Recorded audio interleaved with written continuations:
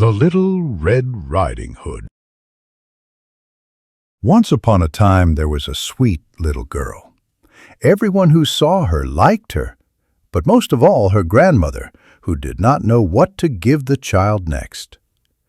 Once she gave her a little cap made of red velvet. Because it suited her so well, and she wanted to wear it all the time, she came to be known as Little Red Riding Hood.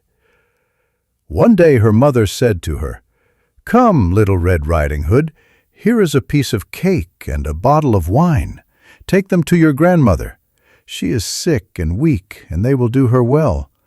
Mind your manners and give her my greetings. Behave yourself on the way, and do not leave the path, or you might fall down and break the glass, and then there will be nothing for your sick grandmother." Little Red Riding Hood promised to obey her mother. The grandmother lived out in the woods, a half-hour from the village.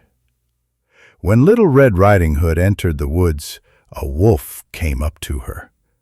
She did not know what a wicked animal he was, and was not afraid of him. "Good day to you, Little Red Riding Hood." "Thank you, Wolf." "Where are you going so early, Little Red Riding Hood?" "To grandmother's." "And what are you carrying under your apron?" "Grandmother is sick and weak, and I am taking her some cake and wine. We baked yesterday, and they should give her strength." "Little Red Riding Hood, just where does your grandmother live?" "Her house is a good quarter-hour from here in the woods, under the 3 large oak trees.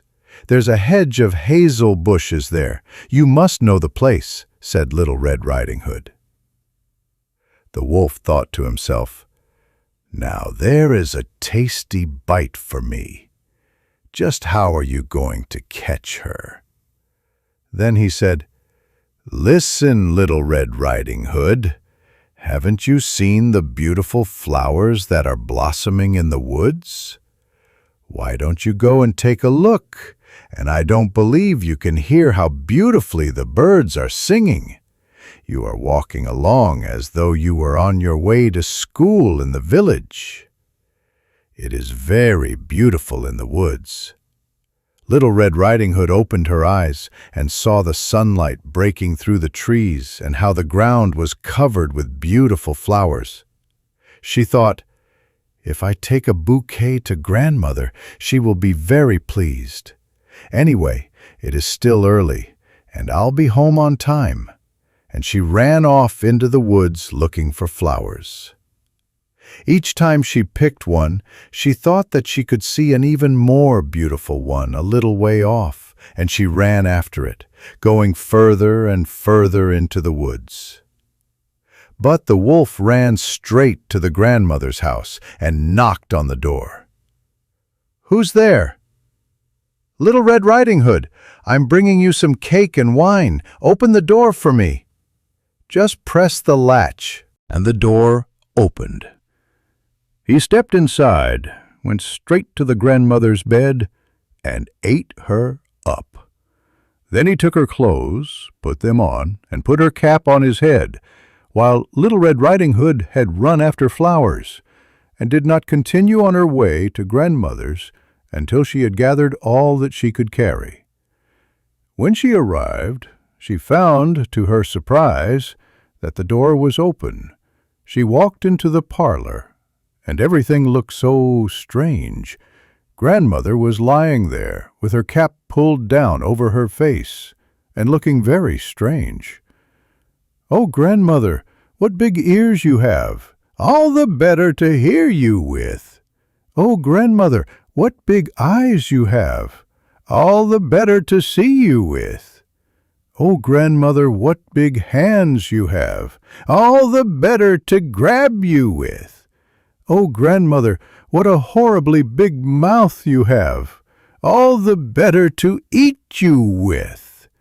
And then the wolf jumped out of bed and swallowed poor Little Red Riding Hood in one gulp. As soon as the wolf had finished this tasty bite, he climbed back into bed, fell asleep, and began to snore very loudly. A huntsman was just passing by. He thought it was strange that the old woman was snoring so loudly, so he decided to take a look. He stepped inside, and in the bed there lay the wolf that he had been hunting for such a long time.